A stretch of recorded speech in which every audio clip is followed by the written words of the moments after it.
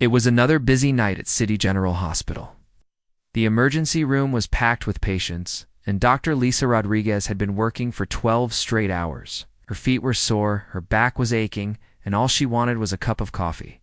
And 5 minutes to sit down? But that wasn't going to happen anytime soon. The automatic doors burst open, and 2 paramedics rushed in with a woman on a stretcher. She looked to be in her 30s, with long dark hair and a pale face. What caught everyone's attention wasn't just her condition, but what they could see sticking out from her stomach area. "What do we have?" Dr. Rodriguez asked, putting on her gloves quickly. "This is Ana Martinez, 34 years old," the first paramedic said, slightly out of breath. "Her neighbor found her unconscious in her apartment about an hour ago. She's been going in and out of consciousness during the ride here." Dr. Rodriguez looked down at the patient and felt her heart skip a beat. There, protruding from Anna's abdomen, was a large kitchen knife. The wooden handle was still visible, and the blade seemed to have gone deep into her body. But somehow Anna was still breathing, still talking softly. "What is this possible?" whispered Nurse Betty, who had been working in the emergency room for over 20 years. "I've never seen anything like this." Dr. Rodriguez had seen many strange cases in her career, but nothing quite like this. The knife appeared to have missed the major organs by just a few millimeters. It was like watching someone walk away from a car crash without a scratch. Medically speaking, Anna should not have been conscious, let alone talking. "We need to get her to surgery immediately," Dr. Rodriguez said, checking Anna's vital signs. Her blood pressure was low, but stable. Her pulse was weak, but steady. "This knife needs to come out right now." That's when Anna's eyes suddenly opened wide. She looked around the room, taking in the bright lights, the medical equipment, and the faces of the doctors and nurses surrounding her. Then her gaze fell on Dr. Rodriguez, and she reached out with surprising strength, grabbing the doctor's wrist. "Please," Anna whispered, her voice shaky but determined. "Please don't take it out." Dr. Rodriguez was confused. In all her years of practice, she had never had a patient refuse life-saving treatment. "Anna, I'm Dr. Rodriguez. You have a serious injury, and we need to remove this knife immediately. You could die if we don't operate." Anna's grip tightened on the doctor's wrist. Her eyes were filled with a mixture of fear and desperation that made everyone in the room feel uncomfortable. "If you take it out, I'll scream," she said, her voice getting louder. "I'll scream so loud that everyone in this hospital will hear me." The entire medical team stopped what they were doing. Nurses exchanged worried glances. Even the other patients in nearby beds turned to look at what was happening. Dr. Rodriguez had dealt with scared patients before, but this was different. Anna wasn't just afraid of the surgery or the pain. There was something else in her eyes, a kind of terror that went beyond physical fear. "Anna, I understand you're scared," Dr. Rodriguez said gently, trying to calm her down. "But this is a medical emergency. The knife could shift and cause serious damage to your internal organs. We need to remove it to save your life." "No," Anna said, tears starting to roll down her cheeks. "You don't understand. If you take it out, everything will be ruined. They won't believe me. They'll say I'm lying again." "Who won't believe you?" Dr. Rodriguez asked, sitting down on the edge of the bed. "Anna, what happened to you?" Anna looked around the room at all the faces staring at her. She seemed to be struggling with whether to tell her story or not. Finally, she took a deep breath and began to speak. 3 days ago, I was alone in my apartment," she said quietly. "I heard a noise in the kitchen, like glass breaking. I thought someone had broken in to rob me." The room was completely silent now. Even the usual sounds of the busy emergency room seemed to fade away as everyone listened to Anna's story. "I grabbed this knife from my kitchen counter," she continued, gesturing weakly toward the weapon still embedded in her stomach. "I thought I could protect myself. But when I went to check what the noise was, I found my ex-husband there." Dr. Rodriguez felt her stomach drop. She had worked with many victims of domestic violence, and she was starting to understand why Anna was so afraid. "His name is Carlos," Anna said, her voice getting stronger. "We've been divorced for 6 months. But he won't leave me alone. He calls me, follows me, shows up at my work. I got a restraining order, but he doesn't care about that." "What happened when you found him in your apartment?" Dr. Rodriguez asked gently. Anna closed her eyes, as if reliving the moment. He was angry. Angrier than I'd ever seen him. Said I had ruined his life by leaving him. Said he was going to make sure I never heard him again. The medical team could see that Anna was struggling to tell her story, but they also knew they needed to understand what had happened before they could help her. We fought, Anna continued. He tried to grab the knife from me, and I tried to get away. But he was stronger than me. In the struggle, somehow the knife ended up like this. She gestured to her abdomen, where the knife was still protruding. But Anna, Dr. Rodriguez said carefully, why didn't you call for help immediately? Why did you wait 3 days? Anna looked directly into the doctor's eyes, because I knew no one would believe me. Carlos is smart. He's charming, he convinced. The police before that, I was making everything up. He told them I was unstable, that I was trying to get him in trouble because I was jealous. Dr. Rodriguez was beginning to understand the impossible situation Anna was in. The knife in her stomach wasn't just a medical emergency, it was the only proof she had that her ex-husband had attacked her. This knife, Anna said, touching the handle gently, is the only evidence I have that Carlos tried to hurt me. If you take it out, it's my word against his again, and he always wins. The room fell silent again. Dr. Rodriguez looked at her medical team, then back at Anna. She had never faced a situation like this before. As a doctor, her job was to save lives. But as a human being, she could understand why Anna was so desperate to keep the evidence of what had happened to her. Anna, Dr. Rodriguez said softly, I want to help you, but I also need to save your life.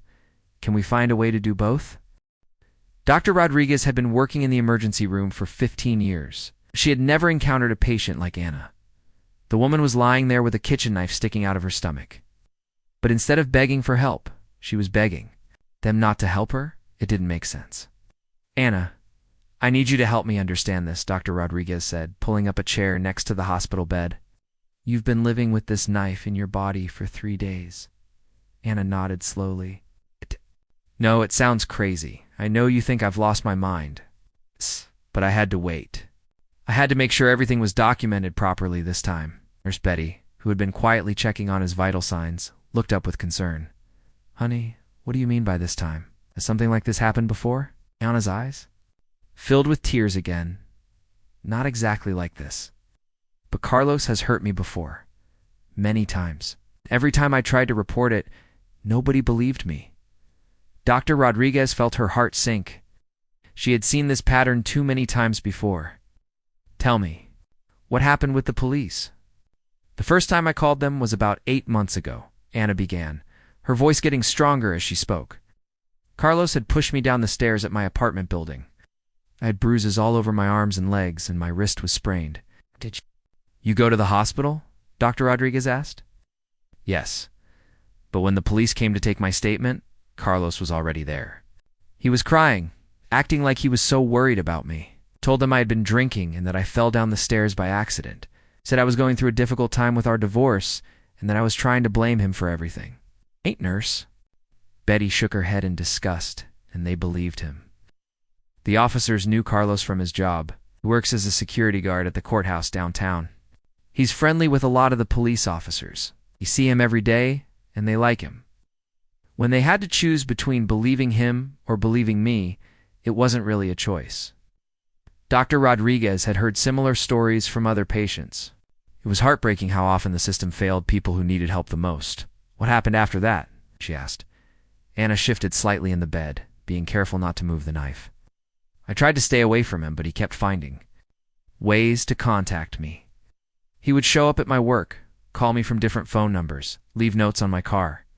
I went back to the police station 3 more times, and each time they said there wasn't enough evidence. Carlos was always careful, never hit me where people could see the marks. He never threatened me in front of witnesses. He was always so charming when the police talked to him. Dr. Rodriguez noticed that Anna's hands were shaking as she spoke. The woman was clearly reliving some terrible memories. The worst part, Anna continued, was when I finally got a restraining order. Carlos convinced everyone that I was the one harassing him. Said I was calling him constantly, that I was following him around, that I was trying to destroy his reputation. How did he do that? Nurse Betty asked. He's smart.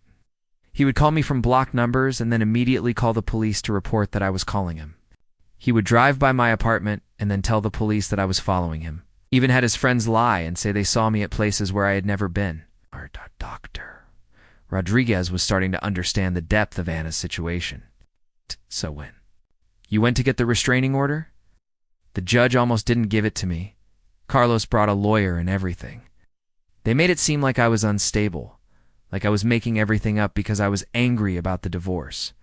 The judge finally granted the order, but he warned me that if I was lying, I could face charges for filing false reports. That's terrible, Dr. Rodriguez said. But Anna, even with all of that, why didn't you call for help immediately after Carlos attacked you 3 days ago?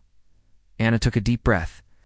Because I knew this was my only chance to prove what really happened. For months, it's been my word against his. Every time I tried to show evidence, he had an explanation. Every time I tried to get help, he made me look like the crazy one. But living with a knife in your stomach for 3 days could have killed you, Dr. Rodriguez pointed out. I know. But I also know that if I let you remove it without documenting everything properly, Carlos will convince everyone that I put it there myself. He'll say, I'm trying to frame him. He'll say I'm mentally ill and that I hurt myself to get attention. Nurse Betty looked shocked. He would really say that. Was already laying the groundwork, Anna said sadly. After our fight 3 days ago, he called the police himself, told them that I had threatened to hurt myself if he didn't come back to me. He said he was worried about my mental health. Dr. Rodriguez felt sick to her stomach. Manipulation Anna was describing was beyond anything she had encountered before. So when the police find out about this, Anna continued, Carlos will say that I stabbed myself to try to get him in trouble. He'll say, it's just another example of how unstable I am. Anna, Dr. Rodriguez said gently, the angle of the knife, the depth of the wound. The location medical experts can tell the difference between a self-inflicted injury and an assault. Anna's eyes lit up for the first time since she had arrived at the hospital. Really? You can prove that I didn't do this to myself? Absolutely. Forensic evidence will show exactly how this happened. But we need to remove the knife to save your life, and we need to do it now. Anna was quiet for a long moment, thinking about what the doctor had said. If you can prove that I didn't do this to myself, then maybe people will finally believe me. Anna, I believe you, Dr. Rodriguez said firmly. I'm going to make sure that we document everything properly before we remove this knife. We're going to get you the help you need, both medically and legally. For the first time in days, Anna smiled. Thank you. I was so scared that no one would listen to me again. Dr. Rodriguez stood up and turned to Nurse Betty. We need to call the police and the hospital's legal team. And we need to make sure that every detail of this case is documented before we go to surgery. As the medical team began making phone calls and taking photographs, Anna closed her eyes and felt a wave of relief wash over her. Finally, someone was taking her seriously. Finally. Someone was going to help her get the justice she deserved. But she also knew that the real fight was just beginning. 20 minutes after Dr. Rodriguez made her phone calls, the hospital room was buzzing with activity. Detective Mike Johnson arrived first, followed by a woman in a sharp business suit who introduced herself as Patricia Williams from the hospitals. Legal department, Anna watched nervously as more people filled her room. She had been hoping for help, but now she was starting to feel overwhelmed.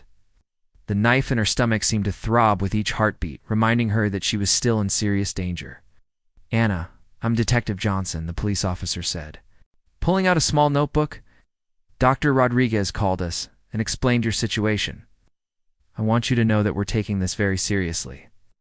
Anna looked at him skeptically. Are you the same Detective Johnson who works with Carlos at the courthouse? The detective paused, his pen hovering over his notebook. I do know Carlos Martinez, yes, but that doesn't change my job here. I'm here to investigate what happened to you. That's exactly what I was afraid of, Anna said, her voice getting shaky again. Everyone knows Carlos. Everyone likes Carlos. Nobody ever believes me. Dr. Rodriguez stepped forward. Anna, I called Detective Johnson because he specializes in domestic violence cases. He's not here because he knows Carlos. He's here because he knows how to handle situations like this. Patricia Williams, the legal advisor, opened her briefcase and pulled out several documents. Anna, I need to explain something important to you. The hospital has a legal obligation to preserve evidence in cases like this. But we also have a medical obligation to save your life. What does that mean? Anna asked. It means we're going to document everything before we remove the knife, Dr. Rodriguez explained. We're going to take photographs, measurements, and samples that will prove exactly how this injury happened. Detective Johnson nodded. We're also going to have the forensic team process your apartment as a crime scene. Any evidence that Carlos was there will be documented. Anna's eyes widened. You're going to search my apartment? With your permission? Yes. We're looking for fingerprints, DNA evidence, signs of a struggle, anything that supports your account of what happened. For the first time since this whole ordeal began, Anna felt a glimmer of hope. You really think you can prove that Carlos did this? Anna, Dr. Rodriguez said, sitting down next to her again. I've been looking at your injury for the past hour. There's no way you could have done this to yourself. The angle is all wrong.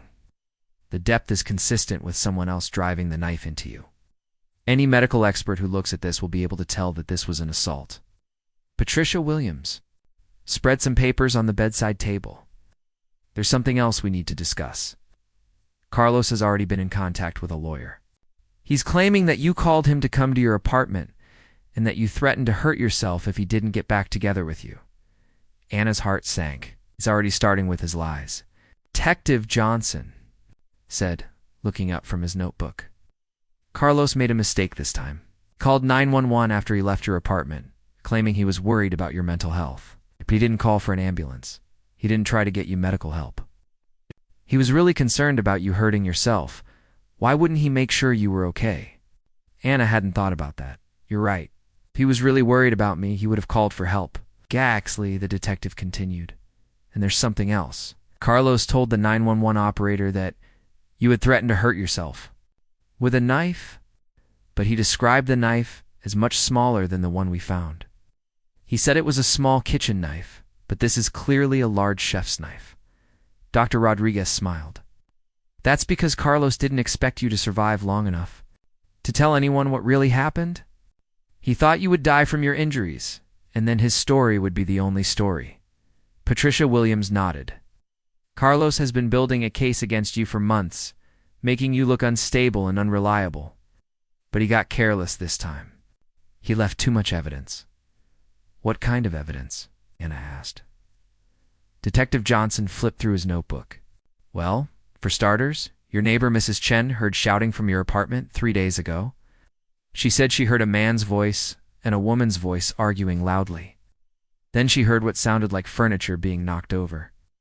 Mrs. Chen heard that, Anna asked, surprised. She did, and she's willing to testify about what she heard. She also saw a man leaving your apartment building around the same time. When we showed her Carlos's photo, she identified him immediately. Anna felt tears of relief rolling down her cheeks. Someone actually saw him. That's not all, the detective continued. Carlos used his credit card to buy gas at a station near your apartment that night. The timestamp shows he was in your neighborhood. At exactly the time, Mrs. Chen heard the argument. Dr. Rodriguez squeezed Anna's hand. Anna, you've been carrying this burden alone for 3 days, thinking nobody would believe you, but the evidence is there. Carlos made mistakes, and we're going to use those mistakes to make sure he faces justice. Patricia Williams looked at her watch. We need to move forward with the surgery soon. Anna's condition is stable for now, but we can't wait much longer. I understand, Anna said, taking a deep breath.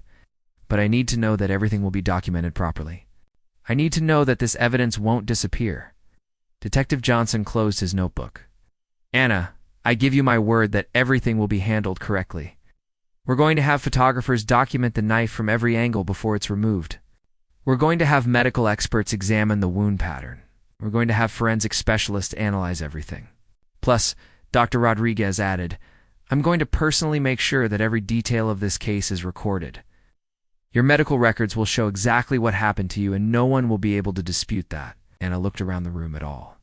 The people who were trying to help her, For months, she had felt completely alone, like nobody cared about what Carlos was doing to her. Now, suddenly, she had a whole team of people working to get her justice. "There's one more thing, Patricia," Williams said. "We've already contacted the district attorney's office. They're sending a prosecutor who specializes in domestic violence cases. She'll be here within the hour." "A prosecutor?" Yana asked. "Her name is Lisa Chen. She's been handling cases like yours for over 10 years. She knows all the tricks that abusers use to manipulate the system, and she knows how to fight back." Detective Johnson put away his notebook. "I want you to know that this time is going to be different. Carlos isn't going to be able to charm his way out of this. We have evidence, we have witnesses, and we have a medical team that can prove what really happened." Anna nodded, feeling more hopeful than she had in months. "Okay, I'm ready. Let's remove the knife and get Carlos arrested." Dr. Rodriguez stood up. "All right, everyone. Let's get this evidence documented and get Anna to surgery. She's been incredibly brave, and now it's time for us to do our jobs." As the team prepared to document the evidence and remove the knife, Anna closed her eyes and said a silent prayer.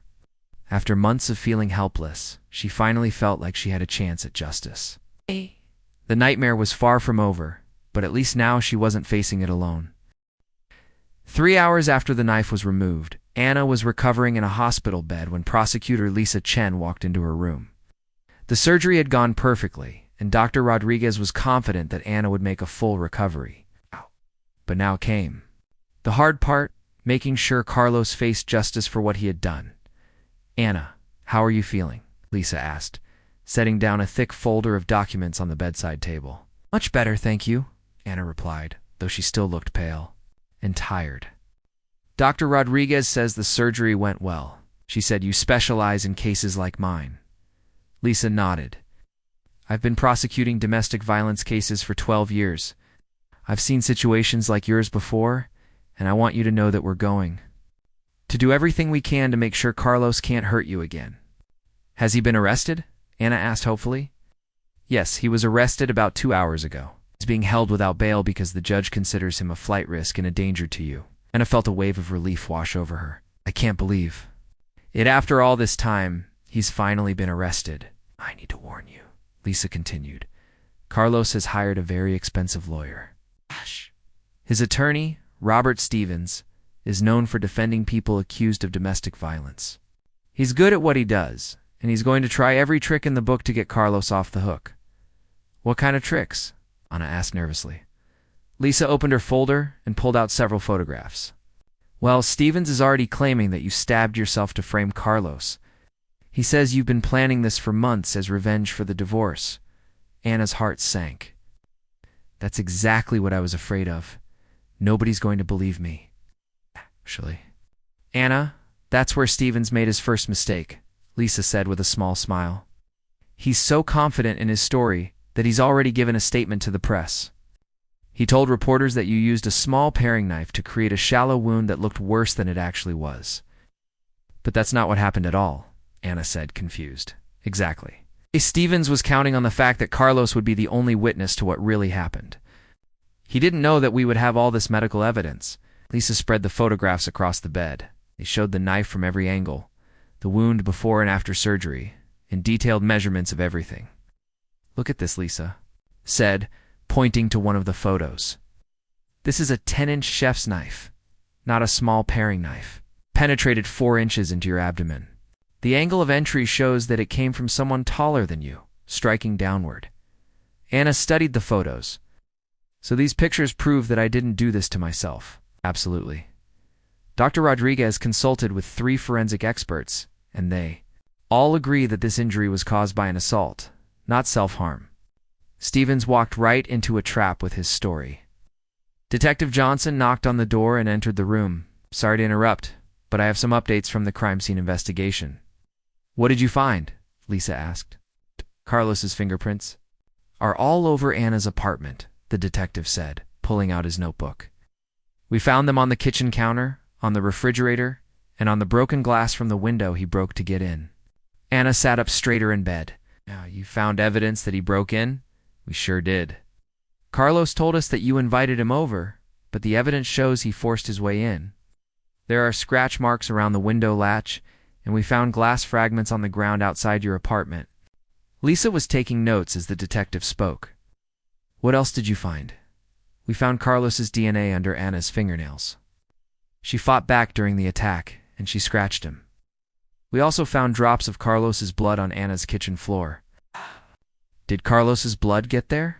Anna asked. Detective Johnson smiled. You put up quite a fight. You gave him a bloody nose during the struggle. He must have been so focused on getting away that he didn't think about cleaning up the evidence. Lisa looked pleased. This is all excellent evidence. Stevens is going to have a hard time explaining why his client's DNA and blood are all over a crime scene if Anna invited him over peacefully. There's more, Detective Johnson continued. We talked to Anna's neighbor, Mrs. Chen, again. She remembered seeing Carlos in the neighborhood several times over the past month. She said he was always parked across the street from Anna's building, just sitting in his car and watching. Anna felt a chill run down her spine. He was stalking me. It looks that way. Mrs. Chen kept a diary of suspicious activity in the neighborhood. She wrote down Carlos's license plate number 3 different times. Lisa was writing furiously. This proves a pattern of harassment. It shows that Carlos was planning this attack. But what about Carlos's story? Anna asked. He's been telling people that I'm unstable and that I've been harassing him. Detective Johnson flipped through his notebook. We looked into that too.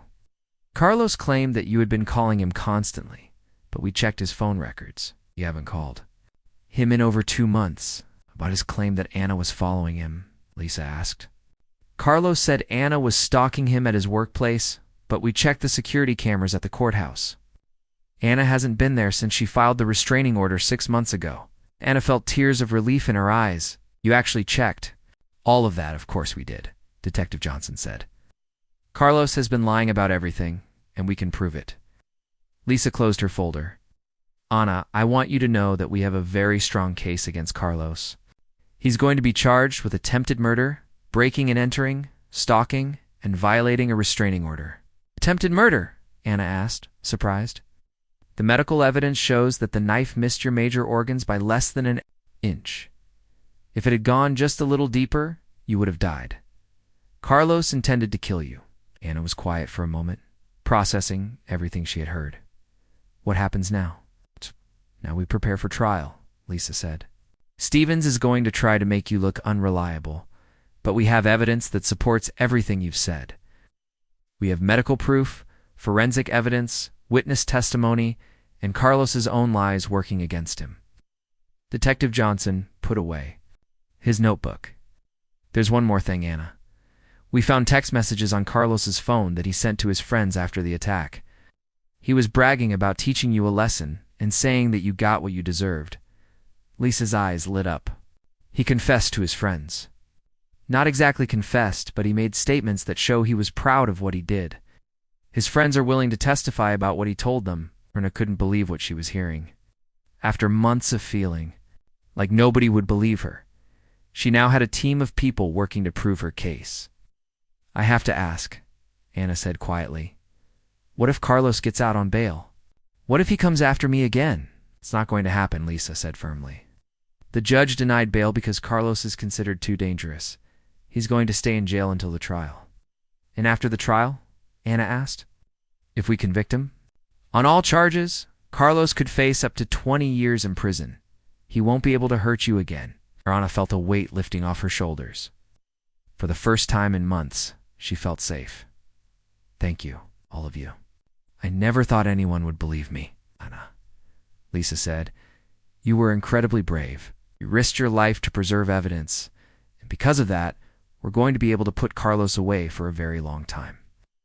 As the prosecutor and detective left the room, Anna closed her eyes and smiled. The nightmare was finally coming to an end. 6 months later, Anna sat in the courthouse, waiting for the jury to return with their verdict. The trial had lasted 3 weeks, and every day had been emotionally exhausting. But Anna felt stronger than she had in years. She was no longer the scared woman who had arrived at the hospital with a knife in her stomach. She was a survivor who had fought for justice and won. Anna, how are you holding up? Asked her victim advocate, Maria Santos, who had been supporting her throughout the trial process. "I'm nervous, but I feel good about everything," Anna replied. "I think we presented a strong case." The trial had been everything prosecutor Lisa Chen had promised.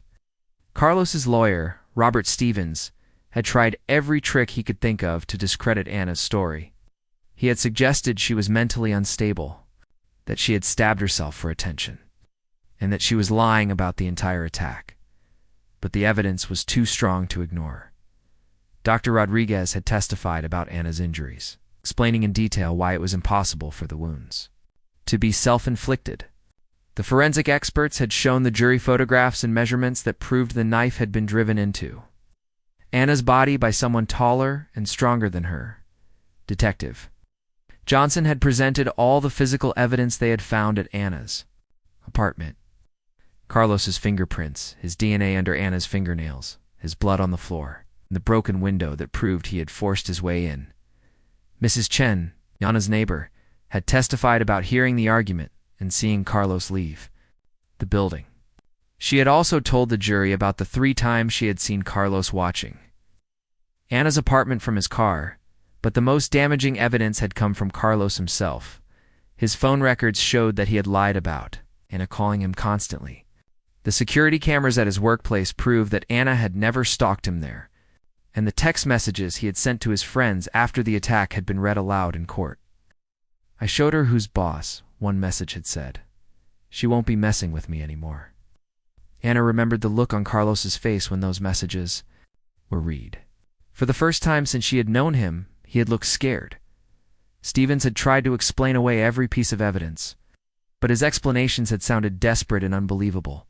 When Carlos took the stand to testify in his own defense, he had been caught in so many lies that even his own lawyer looked embarrassed. "All rise," the bailiff announced. "The jury is returning." Anna's heart started beating faster as the 12 jurors filed back into the courtroom. She tried to read their faces, but they all looked serious and focused. Judge Williams took her seat at the bench. "Has the jury reached a verdict?" The jury foreman, an older man in a blue suit, stood up. "Yes, Your Honor, we have. In the case of the state versus Carlos Martinez on the charge of attempted murder, how do you find?" Anna held her breath. "Guilty, Your Honor." Anna felt tears of relief start flowing down her cheeks. She had waited so long to hear those words. "On the charge of breaking and entering, how do you find?" "Guilty, Your Honor." "On the charge of stalking, how do you find?" "Guilty, Your Honor." "On the charge of violating a restraining order, how do you find?" "Guilty, Your Honor." Anna couldn't stop crying. Carlos had been found guilty on every single charge. After months of being told that nobody would believe her, 12 strangers had listened to the evidence and decided that she was telling the truth. Lisa Chen reached over and squeezed Anna's hand. "We did it," she whispered. Judge Williams thanked the jury and scheduled Carlos's sentencing for the following month. As the court session ended, Anna watched as Carlos was led away in handcuffs. He looked back at her once, and she could see the anger in his eyes. But Anna wasn't afraid anymore.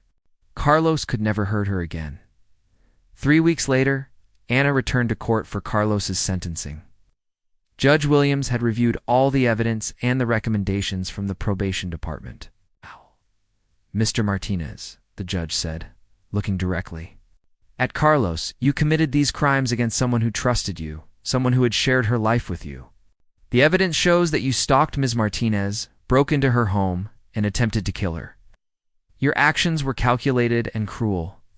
Carlos's lawyer tried to argue for a lighter sentence, claiming that Carlos had been under stress from the divorce and that he was sorry for what he had done. But Judge Williams wasn't interested in excuses. "The jury found that you attempted to murder Ms. Martinez. The medical evidence shows that she came within inches of dying from her injuries. The only reason she survived was because she was incredibly strong and because she made the brave decision to preserve evidence of your attack." Anna listened as the judge continued to speak about the seriousness of Carlos's crimes. "I sentence you to 18 years in state prison, with no possibility of parole for 15 years. You will also be required to stay away from Ms. Martinez permanently. If you ever attempt to contact her in any way, you will face additional charges." 18 years. Anna could hardly believe it. She would be 52 years old when Carlos was eligible for parole, and he would be required to stay away from her for the rest of her life. After the sentencing, Anna met with her support team.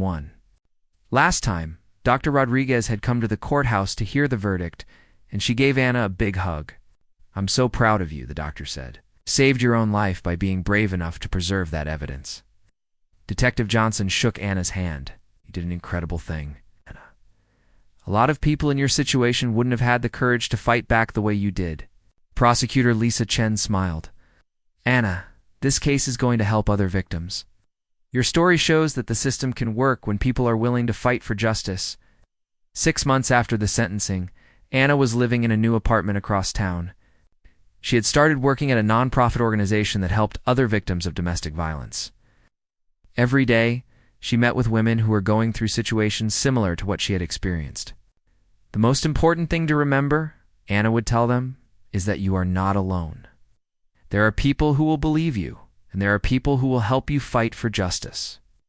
Anna had also started speaking at hospitals and police stations, training doctors and officers about the signs of domestic violence and the importance of taking victims seriously.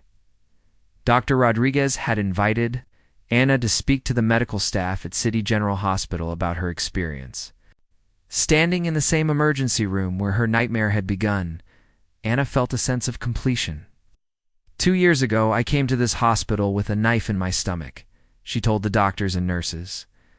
"I was scared that nobody would believe me, but the people in this room saved my life and helped me get justice." She looked around at the faces of the medical staff, many of whom remembered her case. "Dr. Rodriguez and her team didn't just treat my physical injuries. They treated me like a human being who deserved to be heard and believed. That made all the difference."